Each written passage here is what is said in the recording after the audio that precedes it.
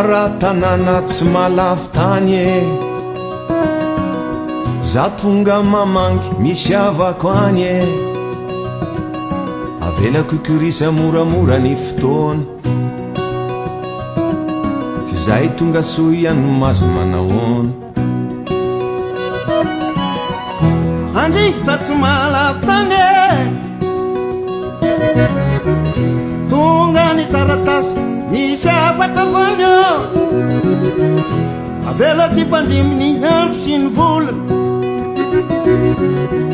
tafajanona ny afatsina sikovolana. Avelako ifandiminy andro sy ny volana, tafajanona ny afatsina sikovolana. Avelako ifandiminy andro sy ny volana, tafajanona ny afatsina sikovolana. Tonga soa ianao e, mahay mandamina an'ty, zay aingy ampandeha tsy mety tonga ty. tafita soa ianao e, Ny olona ty tsy matito fity, zay aingy ampandeha tsisy ho azy aty.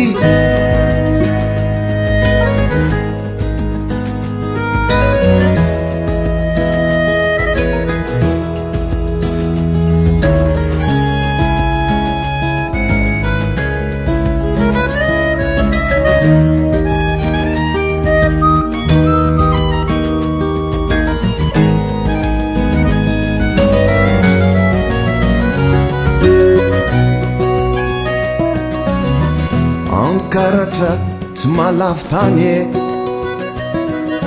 tiankavana zay mahavangivangy e,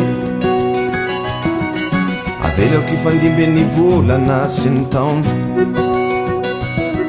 mety sy ny manambola tafahoana. orobe tsy mahalafo tany e, misy tarina mako mipetraka any e, avelako ifandibo moramora ny maraino, afa iany rehefa tsy mitahitaino. Avelako ifandimby moramora ny maray, zay tonga soa ihany no azo arapainy.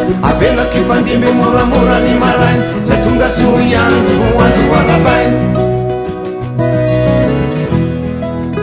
Tafita soa ianao e, Ny olona ty tsy matito fity, zay aingy ampandeha tsisy ho azy aty.